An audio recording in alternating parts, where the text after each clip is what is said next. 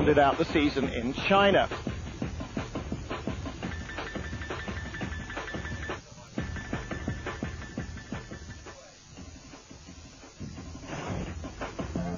The weight limit in this class is a minimum of 1,100 kilos, so it's certainly not a flyweight contenders class, but it's for full-bodied Grand Touring cars, which are more closely related to road-going vehicles than perhaps any other major international championship.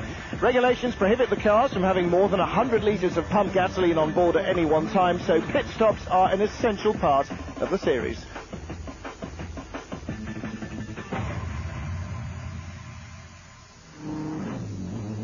Round 1 at Monza saw the Vipers on pole. No surprises there, but the shock speed shown by Emmanuel Clerico in Paul Belmondo's car was a bit of a surprise.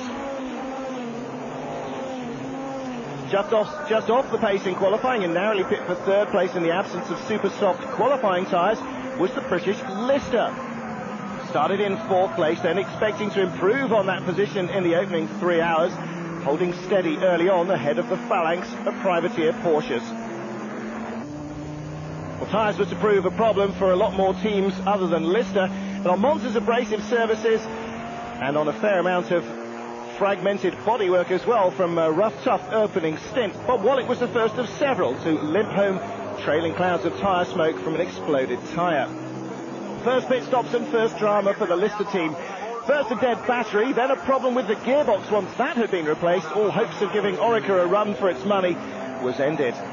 While the Orica cars cruised around in formation up front, there was more drama for the luckless Emmanuel Clerico. He ran out of gas coming out of the Parabolica and pushed 1,100 kilos of Detroit's finest cast iron 200 metres up the pit road, almost killing himself in the process before the team could come and help him. Clerico absolutely shattered. No dramas, though, for the Orica Vipers. 1 and 2, the cars are numbered, and that's how they were running. The car that Clerico pushed home retired the hard way. The second of the Vipers also fell to retire. The others are in the top 6. Orica Vipers first and second, 1 race down, 1-1-2 result already. Round 2 of the championship at Silverstone's Grand Prix circuit. The Lister on pole, out-qualifying the best of the Orica Vipers. Julian Bailey starts, Carl Vendiger alongside him in the Works Viper. Claudia Hergen's Rook Porsche and Nee Anarim in the Chamberlain Viper made a better start than the Belmondo car, driven by Paul Belmondo. He was on the second row of the grid and was bumped down into 6th position in the first corner as the Porsches lit up their rear tyres. Franz Conrad in his number 6 car also getting ahead of Belmondo at the start. Julian Bailey knows this track well from his junior days and his senior days. Carl Wendlinger hang on to his tails in second place. Hertgen in third in the Rook Porsche, and a spin for the Conrad car. Also in the barriers at the first turn, Renato Mastro Pietro savaging the front end of one of the pair of cycle Porsches. Julian Bailey, knowing he's got a battle on his hands with Carl Wendlinger, he held him off, but Tiff Needell in the 25 Lister Storm after the stops couldn't do so, and Wendlinger went through. Pit stop for the number 18 Chamberlain Viper. Tony Seiler out, Will Hoy getting in. The Lister slowing, the trouble, drive shaft problems. On board the number 3 Porsche, this is Stefan Ortelli at Luffield. He's following Mark Dues in the 33 Fina Viper, but he pulls into the pits unexpectedly. It's another left rear puncture. In fact, the wheel coming loose on the car. No problems again for the number 1 Viper. Wendlinger and Beretta romping home to a comfortable win. Another Viper double victory, a double-double in fact, Monza and now Silverstone, and a good result for the GLPK team in third place. But as Orica increases the points lead with 2 perfect results, they also get more weight ballast, an extra 25 kilos to lug round Hockenheim in the number 1 car next time out. For the moment though, they're not worried. Hockenheim is normally the fastest circuit of the year, and this year though it sprang a little surprise. Missing out the high-speed blast through the Hartwald Forest It was on the short circuit. Riding with Julian Bailey into the first turn. Out front, the number 2 Viper of Jean-Philippe Belloc. Bob Wallach hustling him in second place. There he is in the familiar Conrad colours. Stefan Ortelli in third. Didier Deforny in the 33 Fina Viper. Then Hubert Haupt ahead of Mike Hazeman's the Anarim. And then the number 1 Viper, Bell and Beretta and Wendlinger in the USA. And Bell driving the car this weekend. Well, the onboard there showing the Viper crash. And Lister going out as well. Hockenheim seeing an unexpected turnaround in Viper fortunes with a victory for Belloc and Dupuis. Bell and Brudi avoiding the carnage to come home in second place. Another Viper 1-2.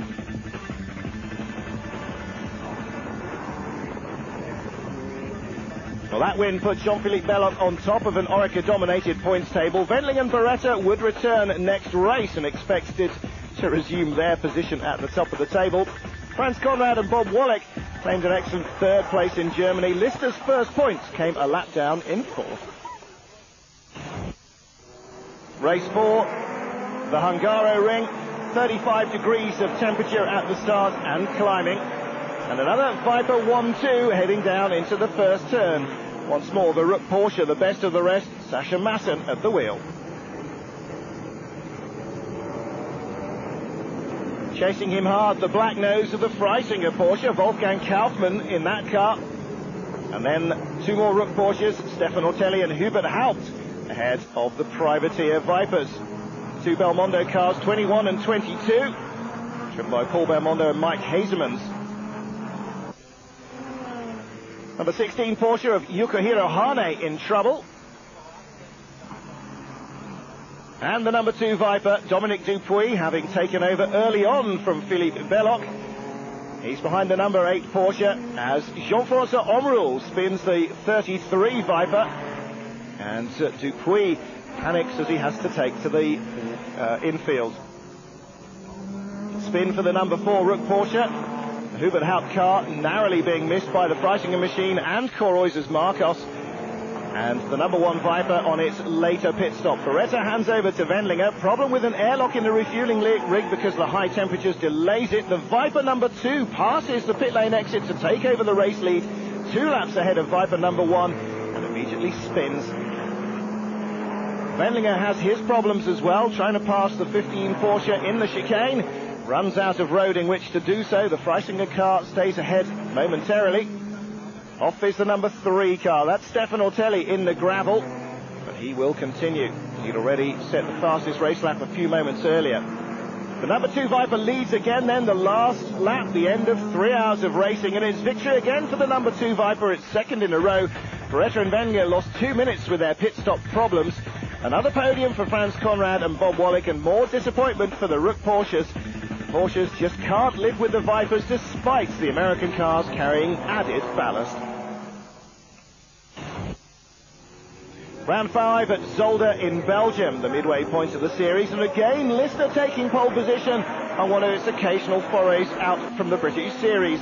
Riding down to the front row with Vincent Voss into first turn, the number 33 Viper.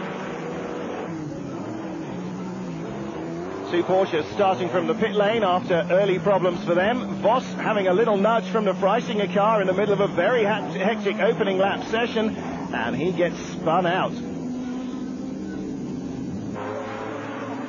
Julian Bailey leads from Claudia Hürtgen, Alfred Hager, the Anarim, Coroyza there in the Rainbow Marcus, then Marc Duez and Olivier Beretta in the Vipers, unexpectedly low down, unexpectedly out of the race with a fire under the bonnet. The number 25 Lister outbails Jamie Campbell-Walter in the car he shares with Julian Bailey and Andy Wallace. And again, bad luck for the Listers.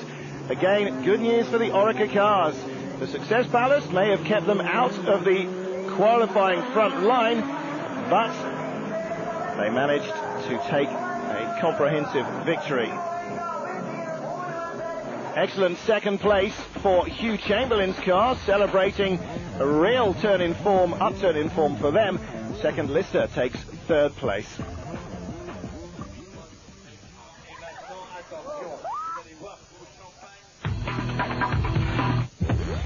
Join us after the break as we finish our roundup of the FIA GT Series.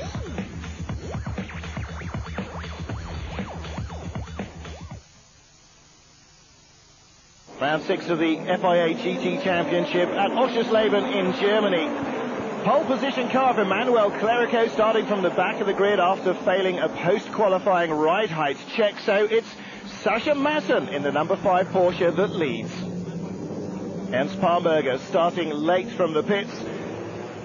Maassen with Didier Dufourny and Vincent Voss's Viper next up ahead of the Works Oreca car of Beretta and Wendlinger. No start though for Koreuzer's Marcus, the brand new engine in the car refusing to fire before the race. Spin for Jean-Marc Gounon, gearbox trouble with the car. It's the Frenchman's first ever drive in a Viper. The Belmondo car gives up before he does. Wendlinger passing. He gets past Dufourny into second place and then passes the Porsche for the lead. And soon the number 5 Porsche is out. Transmission problem from third place. So it's Conrad and Wallach ahead of Belloc and Duez. And Sascha Maassen disconsolately looks at the car that let him down. Battle for third place between the pair of Chamberlain Vipers, the Tonys, Seiler and Christian Glasl. But that is just for the minor placings. The number 1 Viper leading almost all the way. Wendlinger putting in the passes in the opening stint to take a lead that was never to be handed back. Victory once more for Beretta and Wendlinger. The Oreca cars collecting another 1-2 finish. For the first time this year, though, it looked as though it was a bit tougher than they might have hoped for. Great formation finish for Hugh Chamberlain's outfit as well, with third and fourth places. Well, that gave them second place in the team's title race, but Oreca were now certain of collecting both that and the Drivers' Series crown. They still had the biggest weight penalties, though, and that would make life difficult for them finally in the closing stages of the season.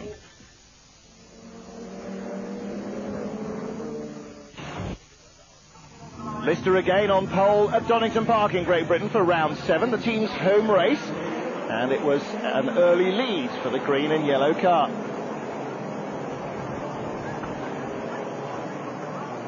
Behind him, the better of the Chamberlain cars, and again are among the front runners, but still not out front, the 2 Oreca Vipers. Riding with Sascha Maassen, he's in 6th position in the Conrad car, as the monster V10 engine Chryslers ahead of him heads down the hill, all of them chasing the Lister. Chamberlain car here putting up a very stiff resistance, but Beretta in the number 1 Viper, despite the extra weight under braking, is not to be outdone. He makes his way past. Stefan Wiedmann in the 22 Belmondo car, losing it.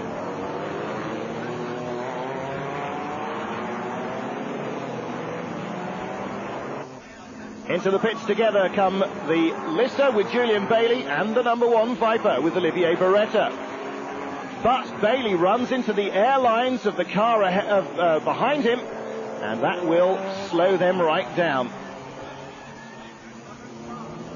Spin for the 18 car, Tony Seiler losing control at Coppice on lap 49, but doing no damage. The Conrad Porsche with the much delayed Lister, William Hewland at the helm.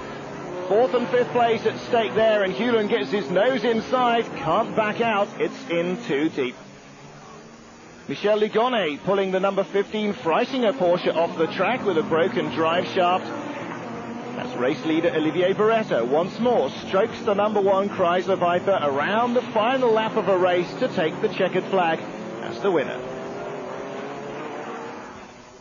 Well, steady work from the Oreca crews, but that disappointing pit stop early on really hampered the Lister effort. They finished 2nd place in the end.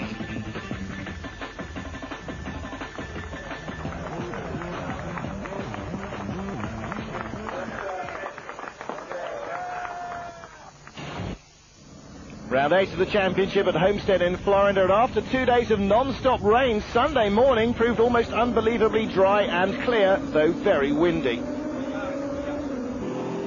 On board the Freisinger Motorsport Porsche of Lance Stewart, the American drove for the team in this race last year and at Petit Le Mans in Atlanta in 1998. Well, the race order seeing once more Carl Wendlinger and David Donoghue in the two Vipers, first and second. Yao Barbosa in the number 39 car, a one-off entry here in third place. Emmanuel Clerico, Vincent Voss, Mike Hazelmans, Wolfgang Kaufmann and the rest. But it's the intruder, number 39, which is the intruder in the rankings. The number 6 Porsche in the pits with overheating and electrical problems. Viper of Donoghue being passed by Clerico. No sign here of the intruder, which had been in third place. And that's because it's in the pits. They have an early stop, a clutch problem and a fire. That's the end of the road for the American entry.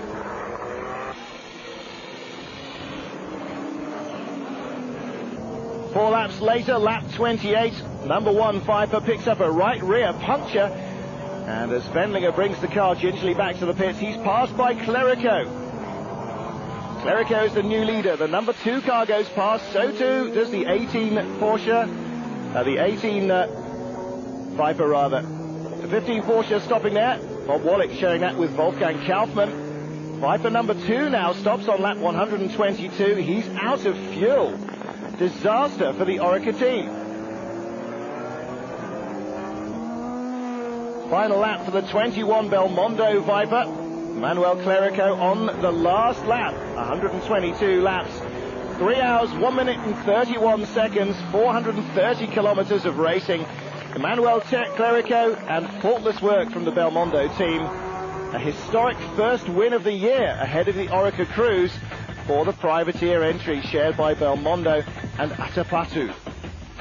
Second place for the Beretta and Wendlinger car. Fourth place despite running out of fuel for Donoghue and Belloc. Once again, Chamberlain's car in the third place. Well, the drivers and manufacturers titles now sealed by the Oreca team as they get to round 9, the penultimate race at Watkins Glen. Again, the 2 Viper on pole gives to Jean-Philippe Belloc, but Beretta is the man who's on the move early on.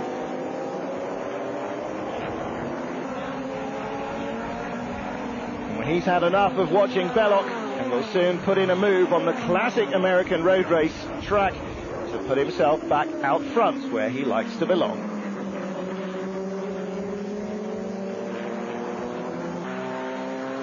Behind them, Mike Hazelmans in the Conrad Porsche. The number 15 car is Wolfgang Kaufmann. The 18 car is Xavier Pompidou in Hugh Chamberlain's Viper. And behind them, the 21 car, Luca Drudi at the helm of the car that won the previous weekend. The number 2 Viper, it's scheduled pit stop. Belloc hands over to Donoghue as Hazelmans has a gearbox go on him from 5th place in the number 6 Porsche. The Oreca cars splash and dash for fuel only on lap 88 of the race. Number 1 rejoins as number 2 passes in the pit lane to take the lead, and that's the way they stay for the final few laps to the checkered flag. 2 ahead of 1 as they started, so they finish.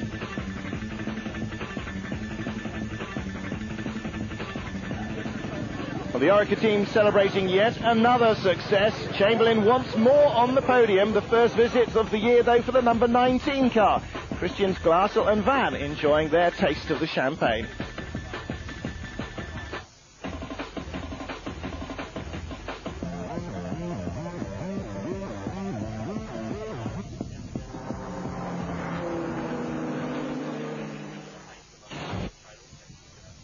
Round 10, the final race of the year at Zhuhai in China.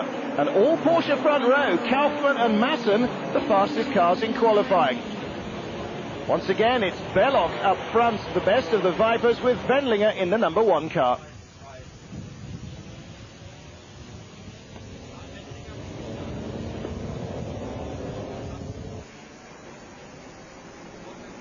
Well, the Porsche's leading the charge away.